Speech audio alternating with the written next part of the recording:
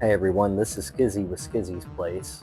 We're bringing to you today the Baltimore 1K DBS winning deck list, piloted by Abel J.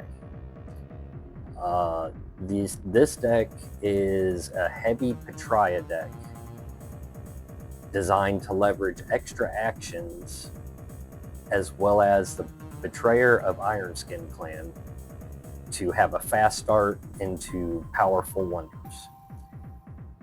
Built into this deck also was a way to shut down the opposing action generation for all of his opponents.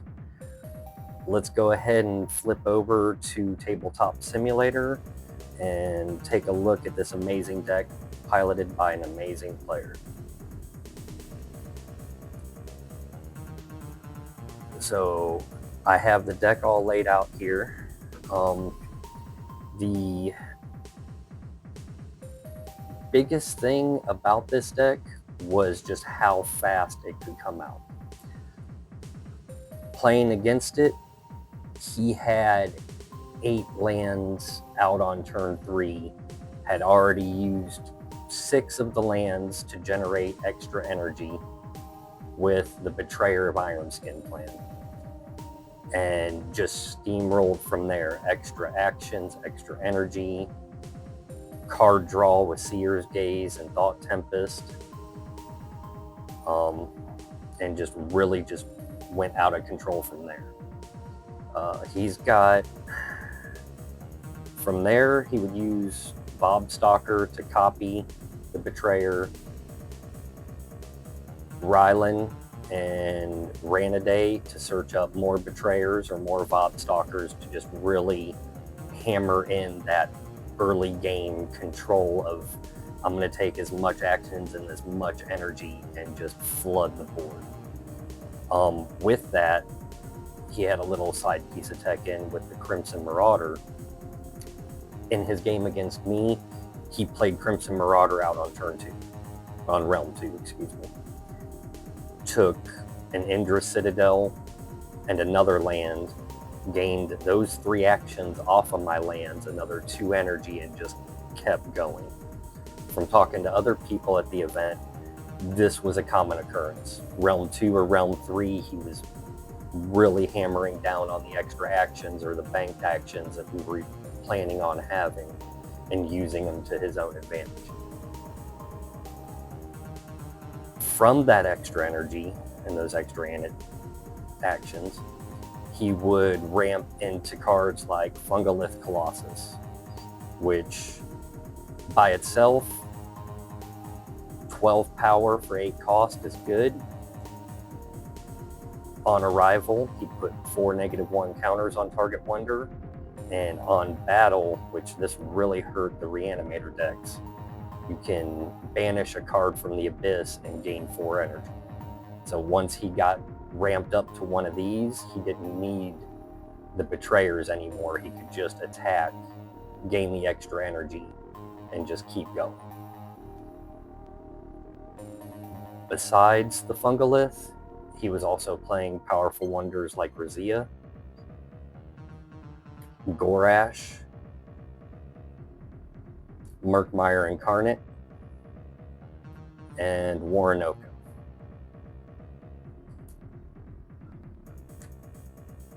I think it was just enough power-wise to where he could stave off most opponents, or he had enough of an early game lead that people just weren't expecting just raw power coming out consistently, action after action, to generate what he generated to be able to get the job done.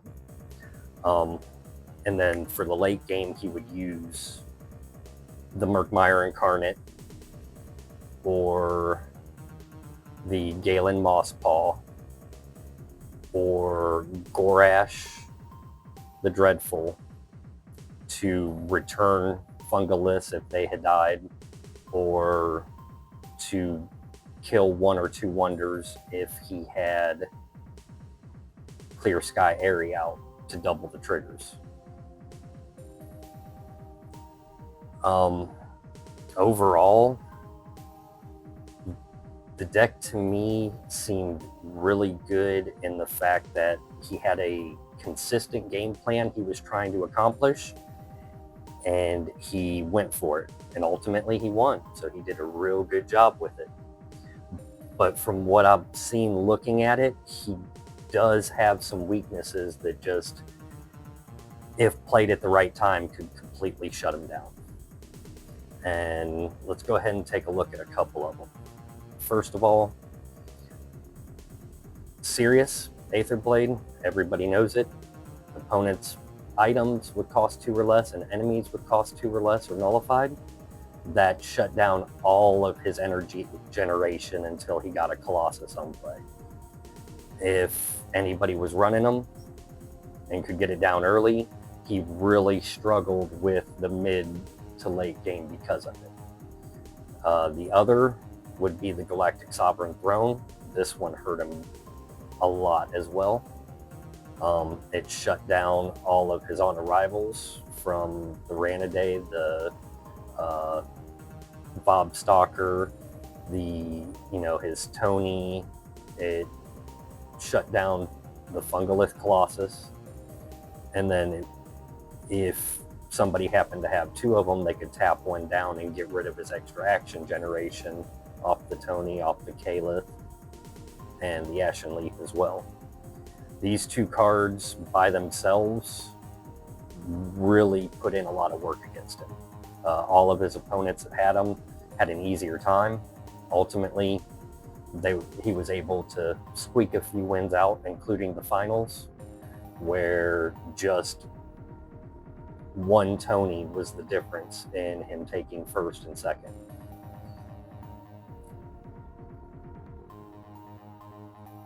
Other than that, some looking at different cards, I think if I was to set up and play against this deck, I would definitely have, Starburst Mallets or the Lamp of Luferia, ways to nullify and control both his early game energy generation and his late game threats would be insane in the matchup, I believe. If you can shut down a Razia and a Fungolith, I think you're doing good.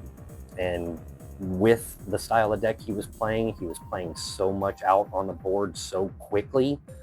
A Lamp of Luferia in one of the first 3 realms where he dropped multiple wonders and then a Fungolith Colossus, because it was early in the game, would shut down so much of his deck. Other good options I feel like would be the Ethereum Arc Launcher.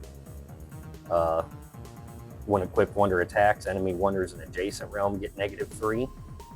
That, as an early play on any wonder, could have shut down most of his energy generation and made it a more manageable game for the opponent. Of course, targeted removal, Blasting Duel, Rend, Souljar Mastery, and Sirocco Blast. All decent options that I'm sure most of us are playing at this point. Really good for Fungolith again, Razia. Just ways to not let his quick tempo just completely steamroll the game. Some other ways to deal with some of these bigger threats would be Deconstruct. You're not dealing with the power, but you are putting a Nullify counter on it, so you can really shut down the Razia before it can really hit you for that 10-point swing, as well as the Power of 3. Take those big wonders out of his hand before he gets to play. As far as him taking stuff, your items, or your lands, excuse me, Sunfire City is really our only option to have as a defensive tool to regain your lands before they're used. Other than that, later on, especially in the Reanimator deck, The Death Marcher Knight is an excellent choice. It can nullify an entire realm of your opponents and remove any number of counters and this round effects from them. So after the Warnoko trigger, could nullify the lands and then remove the Warnoko counters from them, turning them or removing them as wonders. Overall, the deck is very solid. I think depending on how it's piloted, it could do well again in Las Vegas. But I feel like it's going to be more of, there's going to be a lot more competition. There's going to be a lot more geared to stop this style of deck moving forward. It was just too easy for him to continue the role that he was going because of all of this extra action generation and energy generation. Nobody was really in that mindset of how to stop it. I think the only other card I might add to be able to stop it would be Onglepod, just because the energy generator, or the card draw generation off of the Seer's Gaze and the Thought Tempest were the only spells he was playing, and at least cut into that energy he was generating with an Onglepod or two would really slow down the deck.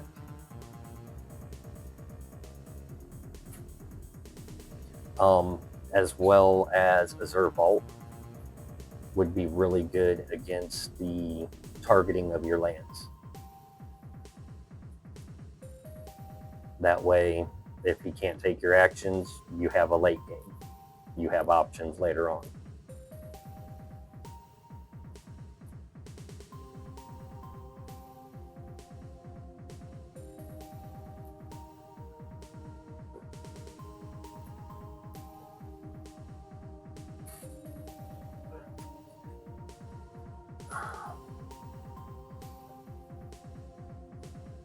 Sorry, folks, I'm just looking over the card combo. Give me 1 second.